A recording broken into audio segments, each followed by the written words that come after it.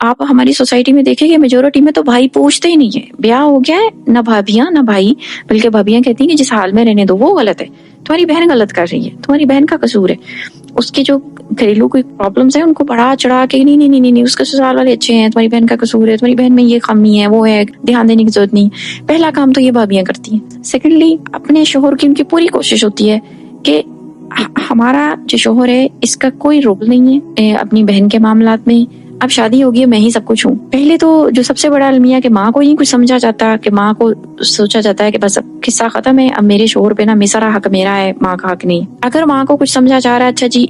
माँ का, जैसे हम जानते हैं कि माँ का हक कितना है अपने बेटे पे जिसने पाला है, इस पे मैं पहले भी जिक्र कर चुकी हूँ। दूसरी जो प्रॉब्लम पेश आता है वो नंद के बारे में आता है। अच्छा, बहनें ब्याह दी है, उसके बाद मुड़ के भी नहीं देखना वो किस हाल में है, उनके क्या प्रॉब्लम्स हैं। बहुत कम मैंने घराने देखे जहाँ इतने अच्छे भाई हैं, रूटीन से फोन होते हैं, पूछा जाता है बहनों को क्या प्रॉब्लम्स चल रहे हैं, क्या इशू आपकी फैमिली में चल रहे हैं, उनको सॉल्व किया जाता है, उसके मसाइल पूछे जाते हैं, और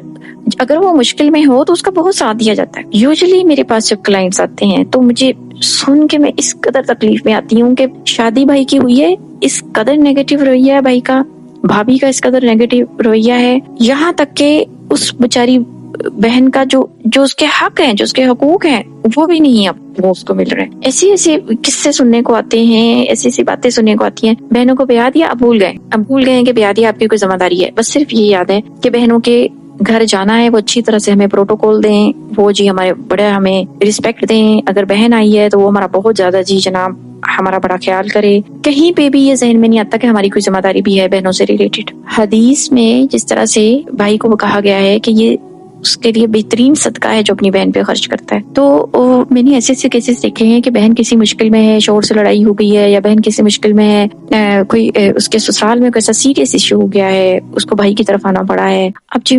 मुझे मेरे क्लाइंट ने बताया कि मेरी मम्मा जब मैं छोटा था उनको कुछ मसले पेश आए ससुराल में, तो मेरे फादर जो थे वो ड्रिंकिंग करते थे, उसको मारते थे, और जो ससुराल वाले थे वो बड़े इस तरह के जालिम थे और नशा करते थे मेरे अबू, और मेरी अम्मी को अक्सर ही उनकी हालत खराब हो जाती थी जब वो मारते थे, तो वो अपने भाई की तरफ आ जाती थी। तो कुछ और भी उन्होंने बातें बताई कि चीजें भी चोरी कर लेते थे वो उस घर में, मेरी वालदा की के पास जो चीजें होती थी, जो पैसे आते थे वो छीन लेते थे, तो भाई के घर आती थी। तो वो क्लाइंट मुझे बता रहा है कि वो मेरी जो मामी है वो हमें गैराज में सुलाती थी, हम सख्त सर्दी में गैराज में सोए होते थे। वहां से सब लोगों का आना जाना होता था, वहां ही पे उनकी गाड़ियां खड़ी होती थी,